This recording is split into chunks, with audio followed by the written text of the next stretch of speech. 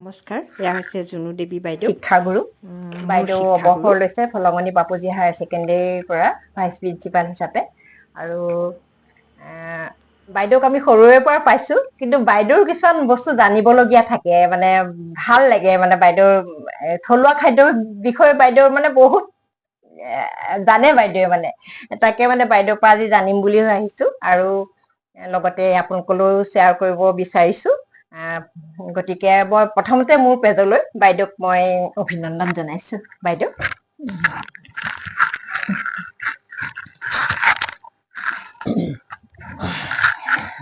গতিকে বাইদেউ, আপুনি মানে আমাৰ অসমীয়া থলুৱা খাদ্যৰ বিষয়ে মানে কিছুমান আপুনি জনা আৰু মুখে মুখে বাগৰি অহা কিছুমান বা আপোনাৰ ককা আইতাৰ পৰা আপুনি বহুত কথা শিকিছিলে। গতিকে কওকচোন, মানে সপ্তাহত মানুহে কেনেকুৱা ধৰণে কি খাদ্য খালে কি হয়? সপ্তাহ বুলি নহয় বাৰু, প্ৰথমতেই মই তোমাক অভিনন্দন জনাইছো, ধন্যবাদ জনাইছো। মোৰ পৰা যে তুমি কিবা এটা শিকিবলৈ হয় এতিয়া হয় আহিলা, সেইকাৰণে মই তোমাক খুব ভাল লাগিছে মনটো।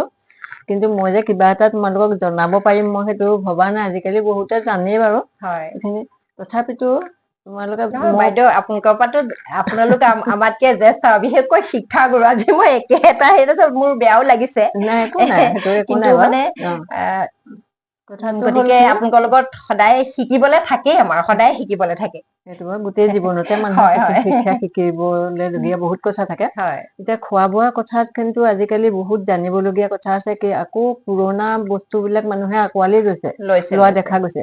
কিন্তু মই এতিয়া এটা কথা কম, প্ৰথমতে কৈছো যে মই যিখিনি জানো সেইখিনি মই ক'ৰবাত পঢ়ি শুনি বা কিবা গৱেষণা কৰি বৈজ্ঞানিক ভাৱে সেইখিনি তেনেকে মই আয়ত্ব কৰা নাই, বা সেইখিনি শিকা নাই, হয় বা সেই যে ব্যৱহাৰো কৰা নাই।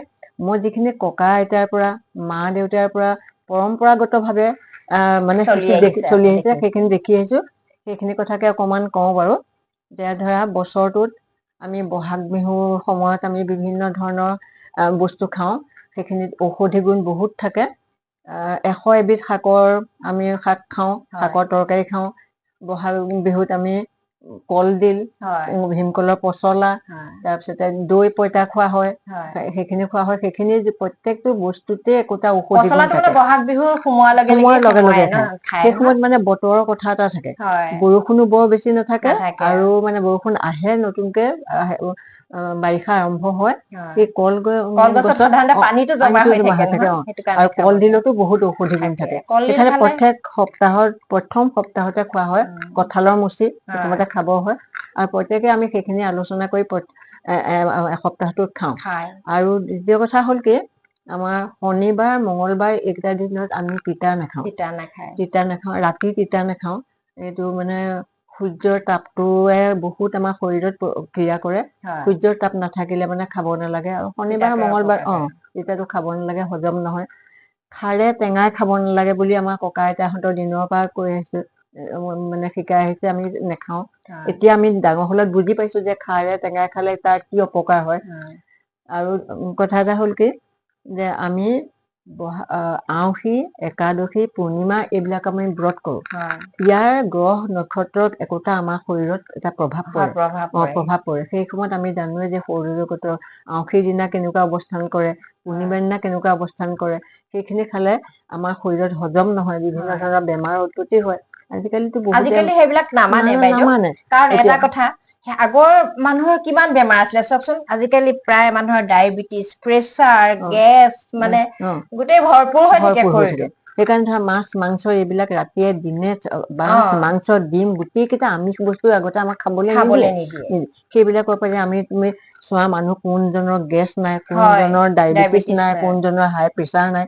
গতিকে এইবিলাক যে আমি খাদ্যই যে আমি যে নিজে নিজে ঘটি লৈছো, এইটো আমি খাদ্যৰ পৰাই লৈছো। হয় তাৰমানে জাগি শুবা, বাচি খাবা। বাচি খাবা, জাগি শুবা বুলি কয়। সদায় মানুহে নিজৰ স্বাস্থ্যৰ কাৰণে, নিজৰ পেটটোৰ কাৰণে হয় কোনবিলাক ভাল, মুখৰ লোভত নহয়, লোভত সেইকাৰণে নহয় বাচি খাব লাগে। হয় বাচি খালে মানুহৰ ইমান বেমাৰ আমাৰে আশ্ৰয় লব নোৱাৰে শৰীৰত। এতিয়া আগৰ দিনৰ মানুহে আপোনাৰ অমৰাৰ তৰকাৰী খায়, শিলিখাৰ তৰকাৰী খায়। এইটো তাৰপিছত বহুত ভাল বস্তু।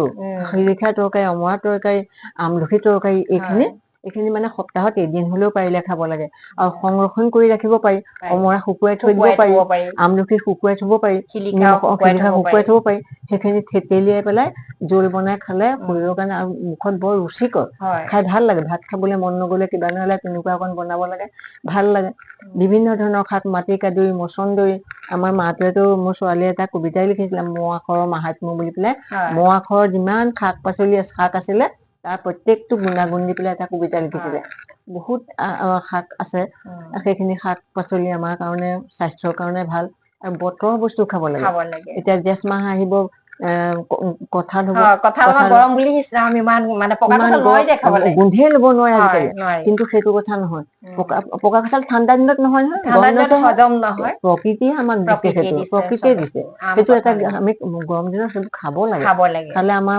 স্বাস্থ্যৰ কাৰণে বহুত ভাল আকৌ ধৰা ভাদ মাহত ভাত পিঠা খোৱা নিয়ম এটা আছে ভাদ মাহত মানে হেৰি বইল খাব লাগে আচলতে ভাত পিঠাটো যে বইল খায় সেইখিনি সেই মাহটোত তাৰমানে গৰম যায় ঠাণ্ডা আহিব হয় যেতিয়া দুমোজা পৰে সেই সময়ত মানুহে বইলটো খাব লাগে ভাত পিঠাটো সেইকাৰণে খোৱা নাঙল ধোৱা পিঠা বুলি কয় খেতি বাতিৰ পৰা উঠি পেলাই খায় কিন্তু আকৌ ধৰা গৰ্ভৱতী ছোৱালী 7 মাহত দিয়ে ঠাণ্ডা বস্তুটো সেই মাহত মানে 7 মাহত ঠাণ্ডা বস্তু খাব লাগে 5 মাহত পঞ্চামৃত দিয়ে পঞ্চামৃত মানে মিঠা বস্তু খাব লাগে সেইটো কথা আকৌ ধৰা কাতি মাহত কলা খাৰ শুকুৱাই থয় কল খাৰটো আমাৰ গেছৰ কাৰণে ভাল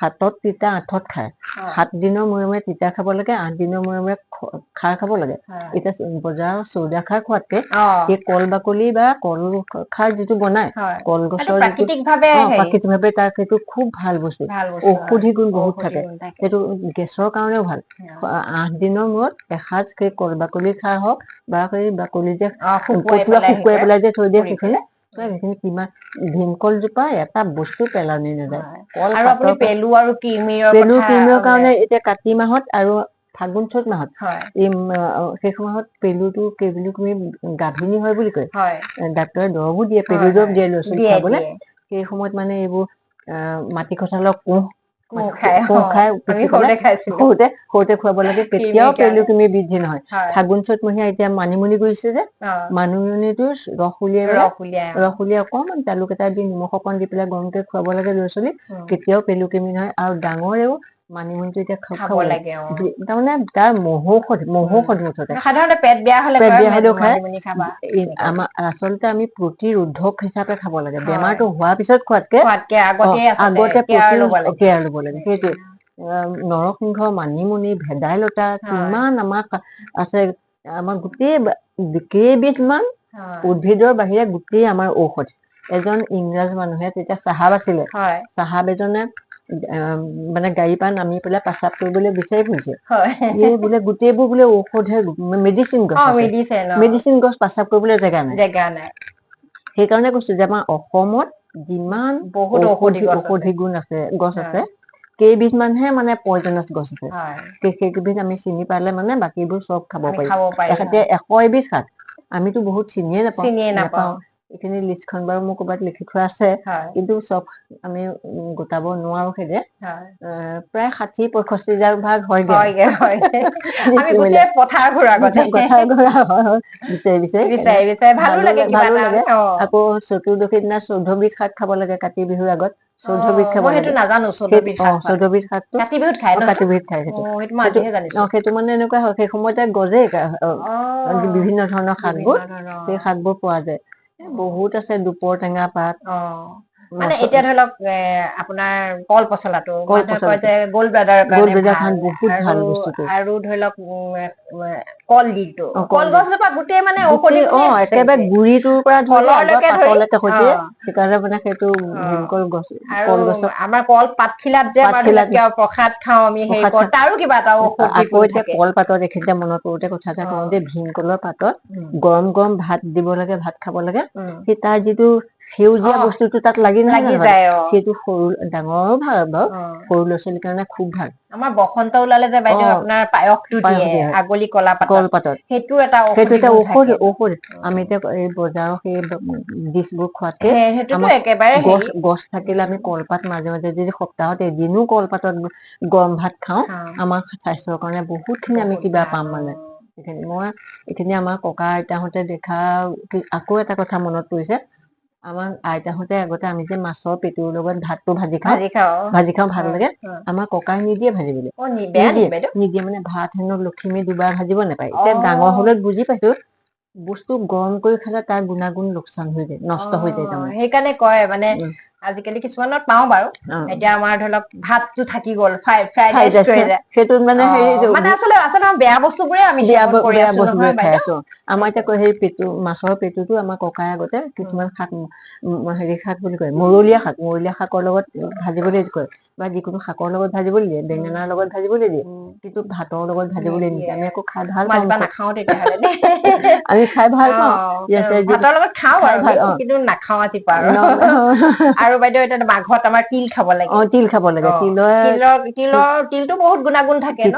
তিলটো বহুত গুণাগুণ আছে, চুলিৰ কাৰণে, ব্ৰেইনৰ কাৰণে। মানে এতিয়া কিছুমান সম্প্ৰদায়ৰ তিলটো চাটনি কৰি খায়। আমি কেতিয়াবা কাটচিটহে খাওঁ, কিছুমান সম্প্ৰদায় ৰেগুলাৰ খায়। সৰিয়হৰ খাৰলি কাহুদি সেইবিলাক খাব লাগে। সেইবিলাকৰ মানে বহুত হেৰি থাকে ন, আৰু খায়ো কিবা এটা মানে বেলেগ এটা তৃপ্তি লাগে নহয়। পইতা ভাতৰ লগত ধৰা আগৰ এতিয়া আছিলে গৰৈ মাছ, পুঠি মাছ পুৰি পেলাই খুৱাই, এতিয়া সেইবোৰ মাছ পাবলৈকে নাইকিয়া হ'ল। মানে কয় মানে দেই গৰু মাছৰ বোলে মানে পুৰি খুৱালে ল'ৰা ছোৱালী চোকা হয় বোলে, পঢ়াত চোকা হয় বোলে। পাতত দিয়া মাছ আগৰ আমি সৰুতে খাইছিলো, দীঘল দীঘল দনিকণা পাতত যেনেকে ৰুৰাকে থাকে মানে সেইবিলাকৰ সৰু সৰু মাছটো পাতত দি খালে ভাল লাগে। কলপাতত ভৰাই দিয়া হয়, এটা বেলেগ ধুনীয়া গোন্ধ এটা ওলাই। সেই পাতৰ গুণাগুণটো সেই মাছত সোমাই যায়। সেইটো আকৌ চুঙা পিঠাত আমি কলপাতখন মেৰিয়াই দিলো, সেইটো কিমান ভাল লাগে। চুঙা পিঠা, চুঙা চাউল এইবোৰ সঁচাকে আজিকালি কিছুমান ওলাই ধৰি লওক প্ৰদৰ্শনী হিচাপে ওলাই, কিন্তু ঘৰত মানুহবোৰ ইমানেই ব্যস্ত হৈ গ'ল বাইদেউ এই বস্তুবোৰ কৰি খাবলে মানে আজিকালি সময় নাই মানুহৰ। এতিয়া তুমি কৈছা কাৰণে মই কৈছো, মোৰ ঘৰত এতিয়া পিঠাগুৰি, সান্দহগুৰি, কোমল চাউল, ভজা চাউল এইখিনি আছেই। চিৰা ইমান কেইটামান খুন্দো, বিহুতো হলে ঢেঁকীটো আছে চিৰা কেইটামান খুন্দো বিহু বুলি পেলাই। ভালো লাগে বাইদেউ এই বস্তুবোৰ বহুত থাকিলে ভাল ন, লাগে। মানে কি আমি সঁচাকে আমি হাড়ে হিমজুৱে মানে অসমীয়া, আমি মানে এইটো অভিমান কৰিব পাৰো নহয় বাইদেউ। মোক কয় তই এতিয়াওনো চিৰা খুন্দিব, মই বোলো মোক কেইটামান হলেও মই বোলো মানুহজনক বিহুৰ দিনা ঘৰত খুন্দা চিৰা কেইটামান খুৱাবলৈ পালে ভাল লাগে। সেইকাৰণে বাইদেউ মানে এতিয়াও ধুনীয়া হৈ আছে। বাইদেউ অৱসৰ ললে এতিয়া আজি মানে মোৰ মনত পৰিছে বাইদেউ, আপুনি যে সেই তেতিয়া ৰঙা ছাতিটো লৈ স্কুল যায় যে, আৰু আজি সঁচাকে বহুত কথাই মনত পৰিছে বাইদেউ। আপুনি ধৰি লওক কাৰোবাক ট্ৰেঞ্চলেচন দিয়ে, তাৰ পৰা মোৰ এতিয়াও মনত আছে ইম্পেণ্ট প্ৰেজেন্ট বেট মানে আপুনি পঢ়াইছে, এতিয়াও মোৰ মনত আছে বাইদেউ। মানে ইমান ভাল লাগে আপোনাৰ ক্লাছটো কৰি, আৰু সঁচাকে বাইদেউ মানে বহুত ভাল লাগে মানে কৈছো নে। মই পঢ়োৱা যিকেইজনী ছোৱালী স্কুলত কৰিছে তাহাঁতি কয় এতিয়া মানে আপোনালৈ আগতে ভয় লাগে, এতিয়া বোলে আপুনি যে যেনেকে বৰ্ডত বুজাই যে, মই বোলে আমি স্কুলত বুজাওতে বোলে আপোনালে মনত পেলাই পেলাই বুজাও। সঁচাকে বাইদেউ ক্লাছ ললে আপুনি কেতিয়া আহিব এনেকুৱা লাগি থাকে আমাৰ, মানে ইমান ভাল লাগে বাইদেউ। গতিকে বাইদেউ বহুত কথাই আজি মানে জানিলো আপোনাৰ পৰা। মই ভাবিলো ইয়াৰ পৰা দৰ্শকো মানে উপকৃত হব বুলি, আৰু শেষত বাইদেউ আপোনাৰ মানে সুস্বাস্থ্য কামনা কৰিছো। বহুত ধন্যবাদ। আৰু আপুনি যাতে এনেকৈ আমাক ভাল ভাল মানে খাদ্যৰ বিষয়ে মানে আৰু কব বুলি মই আশা কৰিছো। ভাল আমাৰ ভাল মানে পুৰণা দৰ্শকক খাদ্য জনাব। আৰু নহয় এইবোৰ লাগে বাইদেউ, আমি পুৰণিক বাদ দি কেতিয়া আমি নতুন হব নোৱাৰো নহয় বাইদেউ। গতিকে আমাক পুৰণিটো লাগিবই যিমান পুৰণি হলেও। লাগিবই। গতিকে বহুত ভাল লাগিলে। তাকে আজিলৈ সামৰিছো, আপোনাৰ সুস্বাস্থ্য কামনা কৰিছো। বহুত ধন্যবাদ তোমাৰ, বহুত ধন্যবাদ থাকিল তোমালৈ। তোমাৰো সুস্বাস্থ্য কামনা কৰিলো।